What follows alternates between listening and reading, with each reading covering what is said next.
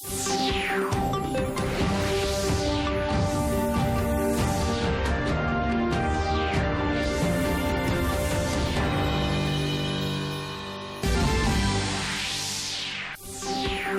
मामलों के केंद्रीय मंत्री अर्जुन मुंडा ने सरायकेला और चाईबासा में की दिशा की बैठक। केंद्र संपोषित योजनाओं के क्रियान्वयन में तेजी लाने का दिया निर्देश।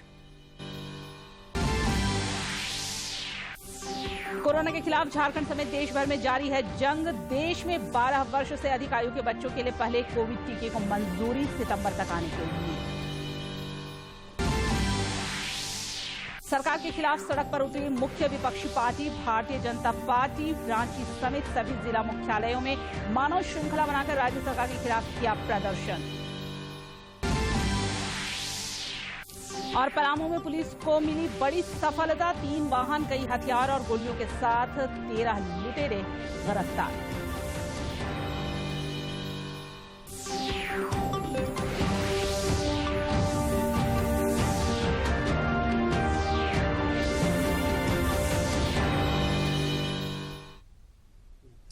नमस्कार, खबरें झारखंड में आपका स्वागत है। मैं हूं निशा दीपिका सोरेन और समाचारों में आगे बढ़ने से पहले ये संदेश। देश भर में 18 वर्ष से अधिक आयु के सभी लोगों के लिए सरकारी केंद्रों में निःशुल्क टीकाकरण अभियान चलाया जा रहा है। दूरदर्शन आप लोगों से अपील करता है कि कोविड रोधी टीका जरूर लगवाएं। कोरोना महामारी के प्रति कोई भी लापरवाही न बरतें। जब तक आवश्यक न हो घर से बाहर न निकलें और इन आसान उपायों का पालन करें। मास्क लगाएं, 2 गज की सुरक्षित दूरी बनाए रखें, बार बार हाथ धोएं और चेहरा साफ रखें। कोविड से संबंधित जानकारी और मार्गदर्शन के लिए राष्ट्रीय हेल्पलाइन काम कर रही है। इनके नंबर हैं 01123978046 और 1075। इसके अलावा राज्य हेल्पलाइन नंबर 104 डायल कर समस्या का त्वरित समाधान लिया जा सकता है। और अब समाचार विस्तार से।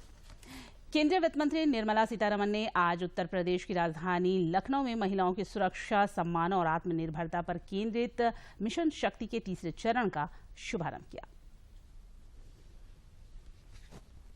महिलाओं की सुरक्षा, सम्मान और आत्मनिर्भरता पर ये मिशन केंद्रित है। कार्यक्रम में राज्यपाल आनंदीबेन पटेल और मुख्यमंत्री योगी आदित्यनाथ भी शामिल हुए। इस अवसर पर मुख्यमंत्री कन्या सुमंगला योजना के तहत 1.55 लाख बेटियों के खातों में 30.12 करोड़ रुपए का उन्होंने ऑनलाइन हस्तांतरण भी किया।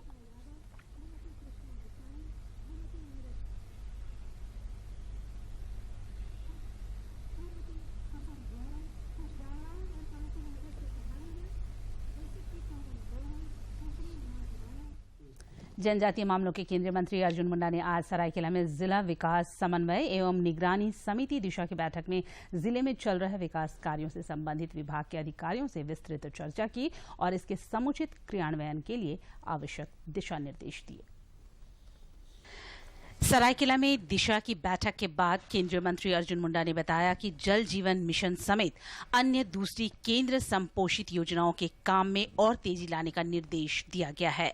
जो महत्वाकांक्षी योजना है, हर घर को नल का जल मिले, इसके तहत जो परियोजनाएं चल रही है, उस परियोजनाओं को जल्दी से जल्दी लक्ष्य के आधार पर जल्दी कैसे पूरा किया जाए, इस पर चर्चा हुई है। तो कुल मिला इस दौरान केंद्रीय मंत्री ने कहा कि भारत सरकार 18 साल से ऊपर के सभी आयु वर्ग को मुफ्त टीका दे रही है। इस संबंध में भी बैठक में चर्चा हुई। के लिए पूरे देश के सभी नागरिकों को मिले, इस समय 18 वर्ष से ऊपर के आयु के लोगों को मिले, यह सुनिश्चित किया है। वैक्सीन उपलब्ध करा रहा है, उसकी समीक्षा हुई। बैठक के दौरान ग्रामीण विकास की योजनाओं और आधारभूत संरचना के विकास के साथ साथ गरीबों को कोरोना काल में मुफ्त राशन देने की प्रगति पर भी जानकारी हासिल की गई। भारत सरकार 80 करोड़ जनता के लिए राशन मुहैया करा रही है, उसकी समीक्षा हुई। वितरित अच्छे ढंग से हो, इस पर और ज़्यादा जोर दिया गया। इसके साथ साथ ही ग्रामीण विकास की योजनाएं और खासकर आधारभूत संरचनाओं का कार्य कैसे और बेहतर ढंग से हो, इस पर इस दौरान उन्होंने लचर बिजली व्यवस्था दलमा रेंज में अनधिकृत भवन निर्माण को गंभीरता से लेने और उस पर कार्रवाई करने का निर्देश दिया। श्री मुंडा ने केंद्र की योजनाओं को और बेहतर तरीके से लागू करने का सुझाव भी दिया। ये मैं यही कह सकता हूँ कि कुछ योजनाएं भारत सरकार के जो अंशदान राज्यों को भी अपना कंट्रीब्यूशन देना होता है, उन सारे चीज़ों में थोड़ी कमियाँ बताई गई है। रांची सांसद संजय सेठ एवं सिंहभूम सांसद गीता कोड़ा के अलावा जिले के उपायुक्त सहित तमाम प्रशासनिक पदाधिकारी मौजूद थे। सरायकेला से अनूप मिश्रा की रिपोर्ट। पश्चिमी सिंहभूम जिला मुख्यालय चाईबासा में भी आज केंद्रीय मंत्री अर्जुन मुंडा ने जिला विकास समन्वय एवं अनुश्रवण समिति दिशा की बैठक की। बैठक में जिले की 28 विकास योजनाओं की समीक्षा की गई।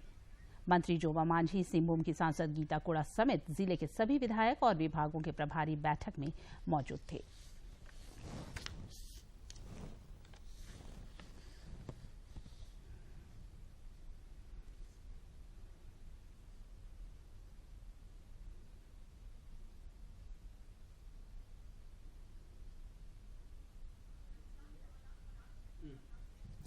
सरायकेला खरसावां जिले के पोटका में आज नई पावर सब स्टेशन का उद्घाटन केंद्रीय मंत्री अर्जुन मुंडा ने किया। दीनदयाल ग्राम ज्योति योजना के तहत बने इस सब स्टेशन के चालू होने से बुरुडीह के आसपास के 35 गांवों में सुचारू रूप से बिजली आपूर्ति की जाएगी।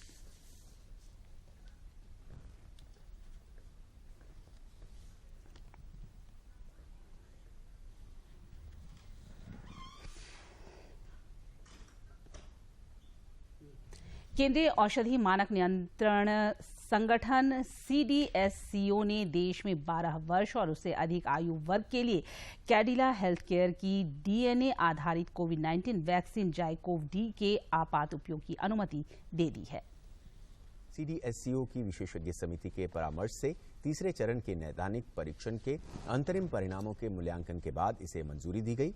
इस वैक्सीन की प्रभावशीलता 66.6% है और इसे 2 से 8 डिग्री सेल्सियस तापमान के बीच सुरक्षित रखा जा सकता है। इस वैक्सीन की 3 डोज दी जाएंगी। पहली डोज देने के बाद 28वें दिन दूसरी और 56वें दिन तीसरी डोज दी जाएगी। देश में पिछले 24 घंटों में कोविड-19 के 34,457 नए संक्रमितों की पहचान हुई है। केंद्रीय स्वास्थ्य मंत्रालय के अनुसार देश में वर्तमान में सक्रिय मामलों का आंकड़ा घटकर 3,61,340 है, जो पिछले 151 दिनों में सबसे कम है। 97,982 लोग उपचार करवाकर स्वस्थ हो चुके हैं। इसके बाद रिकवरी रेट बढ़कर 97.54% हो गई है। इस वक्त देश में सक्रिय मामले 3,61,340 हैं।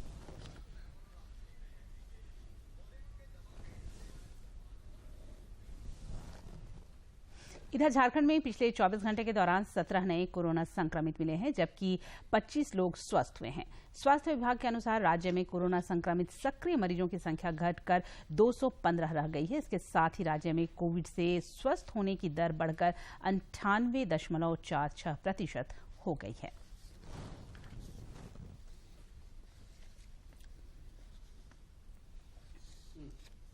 देश में कोरोना के खिलाफ जंग में टीकाकरण अभियान तेज गति से चल रहा है। केंद्रीय स्वास्थ्य मंत्रालय के अनुसार देश में टीकाकरण अभियान के तहत अब तक 57 करोड़ 61 लाख से अधिक लोगों को कोविड रोधी टीके लगाए जा चुके हैं।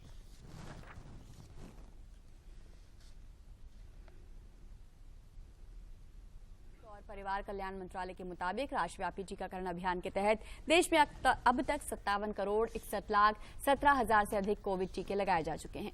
वहीं पिछले 24 घंटों में 36,36,043 से ज्यादा टीके लगाए गए हैं। इधर झारखंड में पिछले 24 घंटे के दौरान 81,833 लोगों को कोरोना के टीके लगाए गए। इनमें 53,846 को पहली डोज और 27,987 को दूसरी डोज दी गई।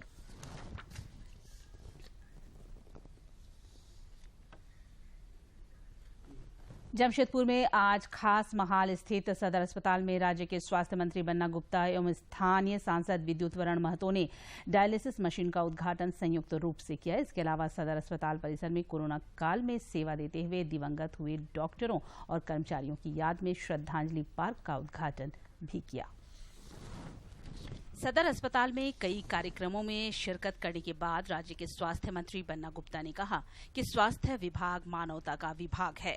उन्होंने कहा कि हमारी कोशिश है कि हम स्वास्थ्य विभाग को ज्यादा से ज्यादा मजबूत करें ताकि अधिक से अधिक लोगों को इसका लाभ मिल सके और इसके लिए मानव संसाधन की संख्या बढ़ाई जाएगी। ये एक बहुत अच्छी चीज है कि स्वास्थ्य विभाग जो है मानवता का विभाग है और ये राजनीति का विभाग नहीं है। ये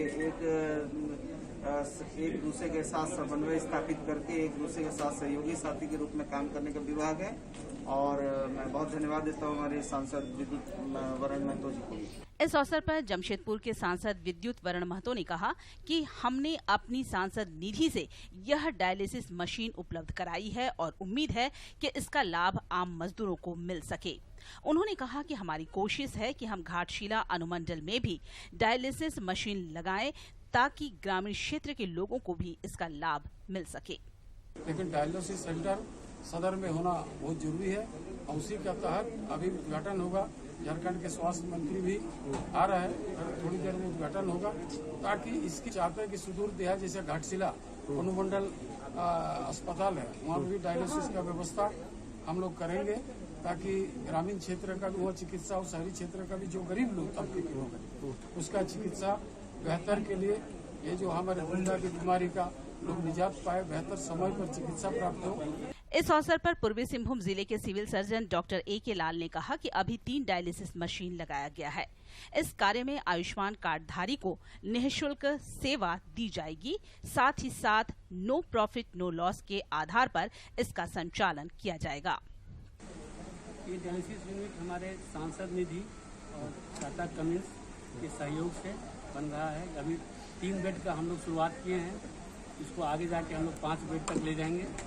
इसके खुलने से यहाँ के आस पड़ोस के जो भी हमारे व्यक्ति हैं उनको इलाज हो सकेगा, डायलिसिस हो सकेगा।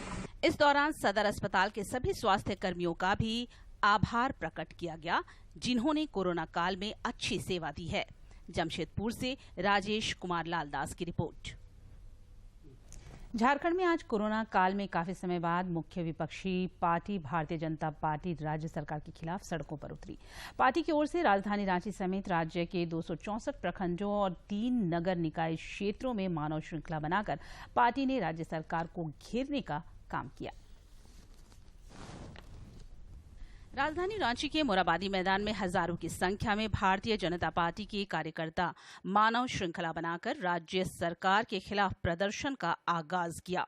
इस दौरान भाजपा के प्रदेश अध्यक्ष दीपक प्रकाश ने कहा कि राज्य सरकार हर मोर्चे पर विफल रही है। उन्होंने कहा कि राज्य में विकास शून्यता और अराजकता की स्थिति पैदा हो गई है। ये निरंकुश सरकार, तानाशाही सरकार, विकास विरोधी सरकार, आदिवासी विरोधी सरकार, महिला विरोधी सरकार, कानून व्यवस्था को ध्वस्त करने वाली सरकार, विकास के नाम पर शून्यता करने वाली सरकार, खनिज संपदा को लूटने वाली सरकार और बेरोजगारों को जिस प्रकार से स्थिति पैदा किया है सरकार ने, रोजगार छीनने वाली सरकार और सरकार बिचौलियों के द्वारा चलने वाली सरकार के खिलाफ आज भारतीय जनता पार्टी ने जनता भी आज सड़क पर उतरी है। इस कार्यक्रम में विशेष रूप से उपस्थित भारतीय जनता पार्टी के राष्ट्रीय प्रवक्ता एवं राज्यसभा सांसद सैयद जफर इस्लाम ने कहा कि राज्य सरकार जनता के हित में काम न कर परिवार और बिचौलियों के हित में काम कर रही है।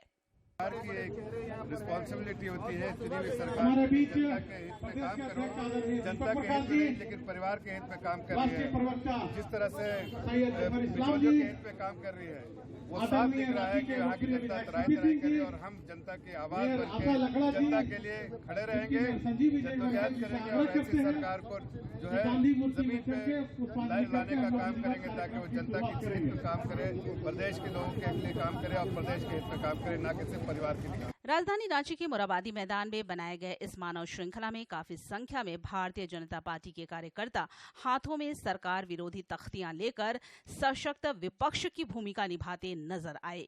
दूरदर्शन समाचार के लिए रांची से प्रताप की रिपोर्ट।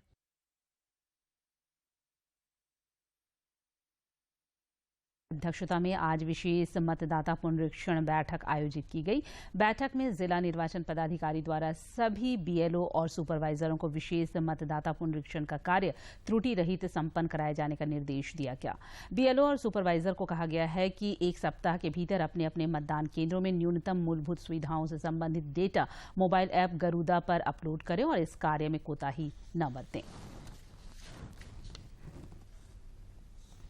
केरल का बहुचर्चित त्योहार ओणम शुरू हो चुका है। ओणम पारंपरिक कृषि पर आधारित दक्षिण भारत में 10 दिनों तक चलने वाला विशेष त्योहार है। खासतौर पर केरल में इसे बड़े ही धूमधाम से मनाया जाता है। केरल में लोग साल भर इस पर्व का बेसब्री से इंतजार करते हैं। केरल में मनाया जाने वाला ये पर्व 12 अगस्त से प्रारंभ हो चुका है।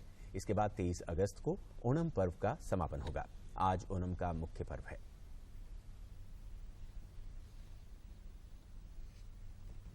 इधर झारखंड के राज्यपाल रमेश बैस ने सभी को ओणम पर्व की हार्दिक बधाई और शुभकामनाएं दी हैं।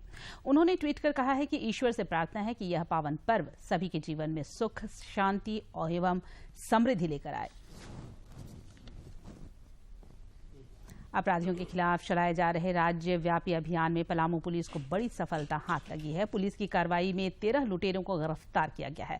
लूटी गई 2 वाहनों सहित 3 4 पहिया वाहन, 2 देशी कट्टा, 2 जिंदा गोली, 6000 से अधिक रुपये, 2 मोटरसाइकिल और 9 मोबाइल फोन बरामद किए गए हैं। पुलिस अधीक्षक चंदन कुमार सिन्हा ने पत्रकारों से बातचीत में बताया कि तकनीक और सीसीटीवी फुटेज के आधार पर सभी अपराधियों को पकड़ा गया। श्री सिन्हा ने कहा कि अभियान में शामिल पूरी टीम को सम्मानित किया जाएगा। आपराधिक घटना घटित 30 जुलाई की रात में, जिसमें एक पिकअप वैन को लूटा गया। शुरू में उसे बताया गया कि हम लोग जो है फाइनेंसर हैं और गाड़ी क्लोज करने आए हैं, और इस बातचीत को उलझा के उसको कब्जे में लेकर वह पिकअप वैन लूट लिया गया। दोबारा फिर घटने की पुनरावृत्ति जो है वह 10 अगस्त को हुई, जो पिपरा थाना क्षेत्र में हुई, लेकिन वो भी एनएच पर था। उसमें भी पिकअप वैन सेम अपराध शैली से लूटा गया।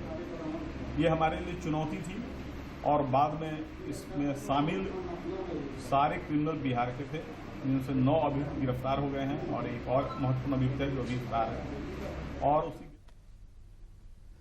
गढ़वा पुलिस ने लंबे समय से फरार चल रहे पूर्व नक्सली बबलू सिंह उर्फ लालकेश्वर सिंह को मझियाओं थाना क्षेत्र से गिरफ्तार किया है। गिरफ्तार पूर्व नक्सली पर जिले के विभिन्न थानों में लेवी लेने के कई मामले दर्ज हैं। पुलिस ने उसे न्यायिक हिरासत में भेज दिया है।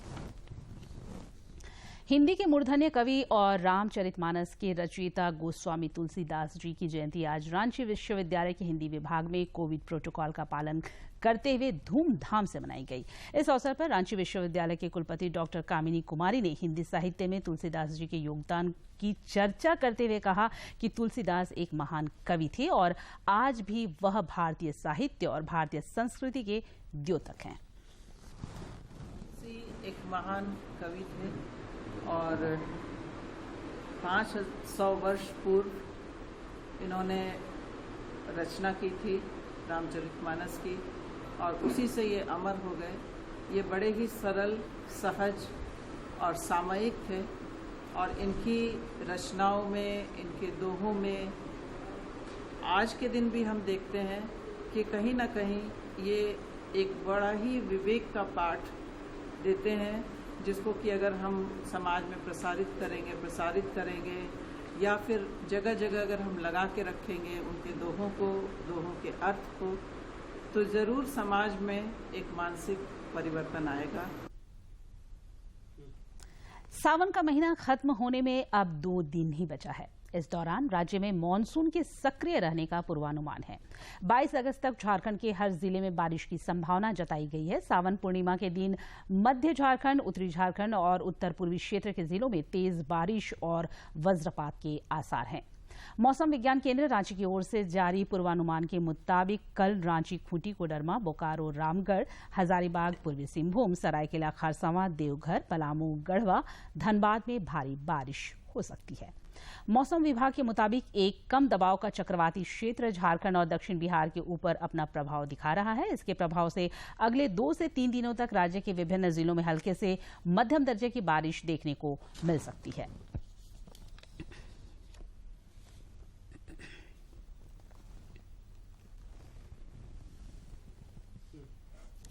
केंद्रीय युवा मामले और खेल मंत्री अनुराग ठाकुर ने कहा है कि खिलाड़ियों को अपना श्रेष्ठतम प्रदर्शन करने में मदद के लिए सरकार और प्रधानमंत्री नरेंद्र मोदी का पूरा समर्थन मिलेगा। एक समाचार पत्र में छपे लेख में श्री ठाकुर ने कहा कि टोक्यो 2020 ओलंपिक खेलों में भारतीय खिलाड़ियों ने शानदार प्रदर्शन किया। उन्होंने कहा कि भारत ने एथलेटिक्स में पहली बार स्वर्ण जीता, हॉकी टीम ने कमाल का खेल दिखाया तथा डिस्कस थ्रो, गोल्फ और फेंसिंग स्पर्धाओं में भी हमारा प्रदर्शन जबरदस्त रहा। श्री ठाकुर ने कहा कि ओलंपिक पोडियम तक पहुंचने का लक्ष्य अपनाना खेलो इंडिया और फिट इंडिया जैसे अभियानों से हमारी सफलता की नींव पड़ी। उन्होंने कहा कि प्रधानमंत्री नरेंद्र मोदी देश के एथलीटों और खिलाड़ियों को बढ़ावा देने के लिए हर तरह की सहायता देने को तैयार हैं और उन्होंने ओलंपिक खेल शुरू होने से पहले ही भारत की तैयारियों का जायजा लेने के लिए कई बैठकें की थी। श्री ठाकुर ने कहा कि खेलों में भारत का प्रदर्शन सुधारने की दिशा में एक राज्य एक खेल वाला दृष्टिकोण काफी प्रेरक सिद्ध होगा। चतरा जिले में युवा कार्यक्रम एवं खेल मंत्रालय भारत सरकार की संस्था नेहरू युवा केंद्र के द्वारा देश की आजादी के 75वीं वर्षगांठ पर आजादी के अमृत महोत्सव के अवसर पर फिट इंडिया फ्रीडम रन 2.0 का आयोजन किया गया। कार्यक्रम में मौजूद जिला युवा अधिकारी ने बताया कि इस फ्रीडम रन का विषय जन भागीदारी से जन आंदोलन है। इसका उद्देश्य लोगों को दैनिक जीवन में दौड़, खेल जैसी फिटनेस गतिविधियों के प्रति प्रोत्साहित कर उन्हें आलस्य, तनाव, चिंता और रोग से आजादी दिलाना है, जिससे वे स्वस्थ और फिट जीवन शैली अपनाने के लिए प्रेरित हो सके। फ्रीडम रन में बोधाडीह, कुंडा और मयूरहंड के लगभग 150 लोगों ने भाग लिया। गिरिडीह जिले का पाठकहीर गांव आज नजीर पेश कर रहा है। इस गांव में खुले में शौच के लिए कोई नहीं जाता। बच्चे से बूढ़े तक सभी शौचालयों का ही उपयोग करते हैं।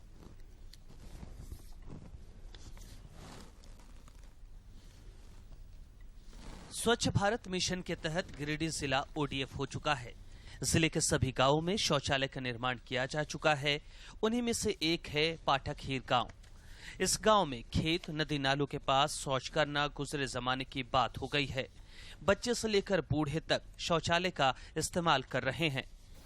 हाँ, देखिए हमारा गांव में शौचालय घर घर है, कोई परिवार बाहर नहीं जाता है। हम लोग सभी सुखी फलन से हैं। गांव के मुखिया ने भी लोगों को खेत खलिहान में शौच नहीं करने के लिए जागरूक किया। लोगों का कहना है कि खुले में शौच बंद होने से 80% बीमारी दूर हो गई। देखिए, पहले हम लोग गांव में शौचालय नहीं था तो हम लोग को बहुत दिक्कत होता था। नदी नाला जाते थे इधर उधर, बहुत दिक्कत होता था माता बहनों को। और अब जो है हम लोग का पूरा गांव में हम लोग जो है पाठकहीर में सब शौचालय में जाता है, कोई इधर उधर नहीं जाता है। घर घर शौचालय निर्माण होने से महिलाएं भी खुश हैं और भारत सरकार के इस प्रयास की सराहना करती हैं। महिलाएं कहती हैं कि बरसात के दिनों में सांप बिच्छू के डर के बीच रात में शौच के लिए घर से बाहर जाना पड़ता था। महिलाओं को इज्जत घर देने का काम प्रधानमंत्री नरेंद्र मोदी ने किया है। शाम को इंतजार करना पड़ता था कि कब अंधेरा हो तब हम लोग जाएंगे शौचालय, और अब जब से शौचालय हो गया हम लोग पूरा परिवार के साथ जाते हैं शौचालय। अब बीमारी से भी मुक्त हैं, अच्छा हम लोग रहते हैं।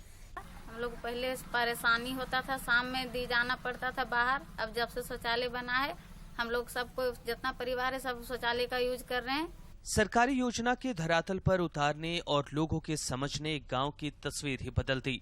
जरूरत है कि इसी इच्छा शक्ति और संवेदनशीलता के साथ अन्य स्थानों पर भी कार्य किया जाए। गिरिडीह से रमेश प्रभाकर की report. Centre for environment and energy development seed ने स्वच्छ और स्वस्थ हवा से जुड़े विषय पर धनबाद शहर के युवाओं और छात्रों के लिए एक कार्यशाला का आयोजन किया, जिसका मुख्य उद्देश्य युवाओं को वायु प्रदूषण से जुड़े मुद्दों के प्रति जागरूक करना और समाधान आधारित दृष्टिकोण को विकसित करना था। कार्यशाला में 1 महीने तक कई रचनात्मक गतिविधियां जैसे छात्रों के लिए पोस्टर डिजाइन प्रतियोगिता और कार्यशालाओं का आयोजन किया जाएगा, ताकि उनमें स्वच्छ हवा के प्रति जागरूकता और जिम्मेवारी की भावना पैदा की जा सके।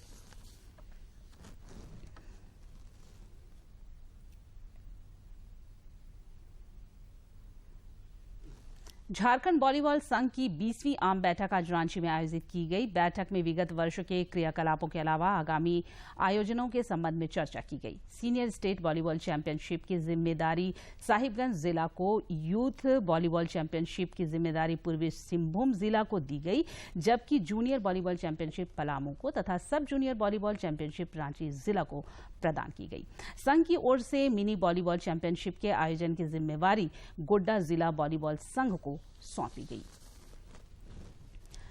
प्रधानमंत्री नरेंद्र मोदी 29 अगस्त को आकाशवाणी पर मन की बात कार्यक्रम में देश विदेश के लोगों के साथ अपने विचार साझा करेंगे। प्रधानमंत्री ने लोगों को ऐसे विषयों पर विचार साझा करने के लिए आमंत्रित किया है जिनके बारे में कार्यक्रम की आगामी कड़ी में वे अपने विचार रख सकें।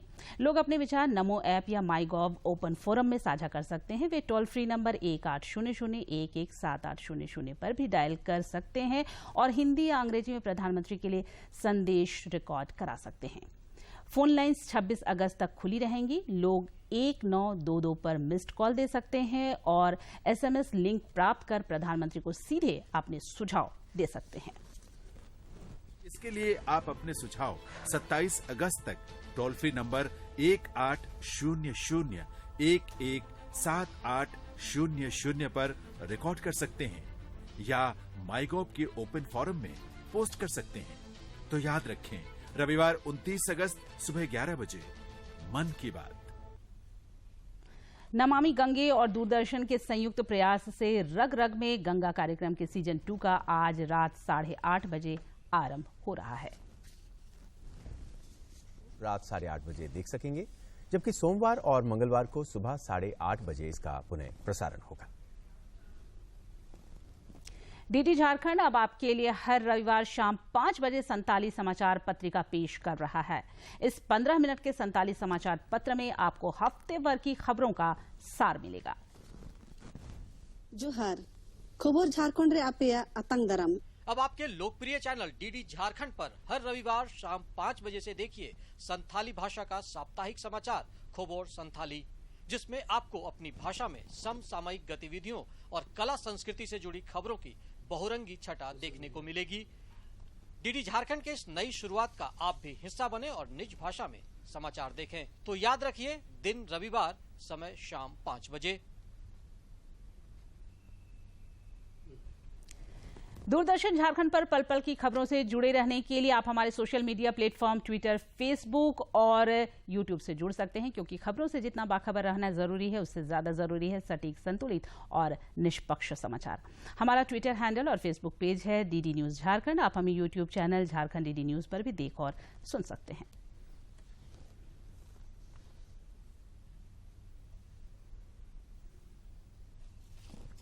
और अंत में मुख्य समाचार एक बार फिर।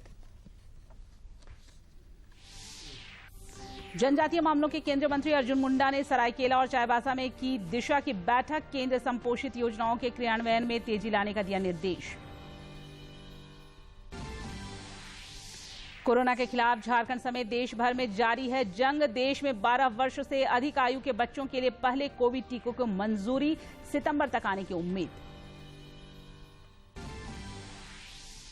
सरकार के खिलाफ सड़क पर उतरी मुख्य विपक्षी पार्टी भारतीय जनता पार्टी। रांची समेत सभी जिला मुख्यालयों में मानव श्रृंखला बनाकर राज्य सरकार के खिलाफ किया प्रदर्शन। और पलामू में पुलिस को मिली बड़ी सफलता, 3 वाहन, कई हथियार और गोलियों के साथ 13 लुटेरे गिरफ्तार।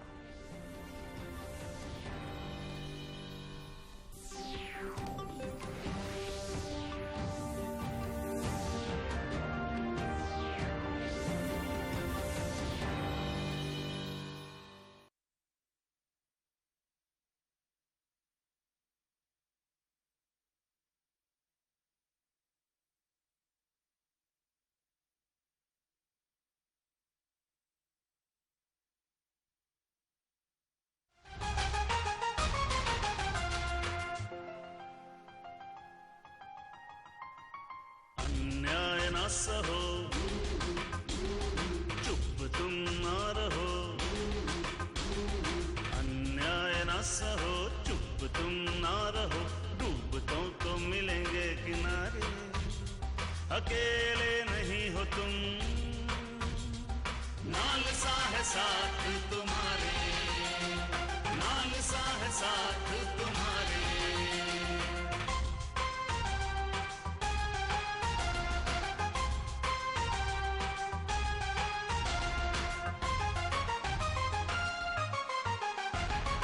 जाति भाषा धर्म में न कोई फर्क है, जो फर्क करते देते झूठे झूठे तर्क हैं। संविधान साफ साफ कहता है, संविधान साफ साफ कहता